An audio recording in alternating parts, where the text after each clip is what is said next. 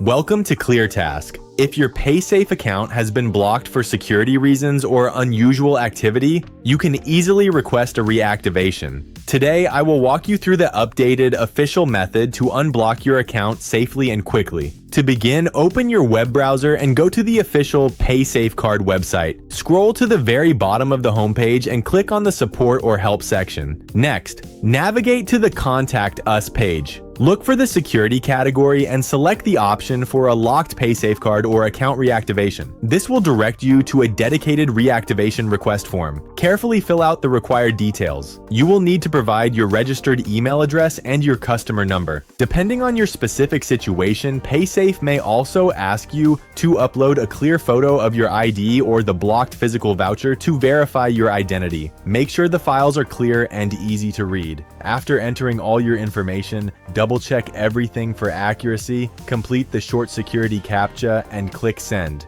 Your request is now submitted. The Paysafe support team will review your details and contact you via email with the final actions to restore your access. That is all it takes to recover your account. If this guide helped you, please leave a like and subscribe to ClearTask for more straightforward tech tutorials. Thanks for watching and see you in the next one.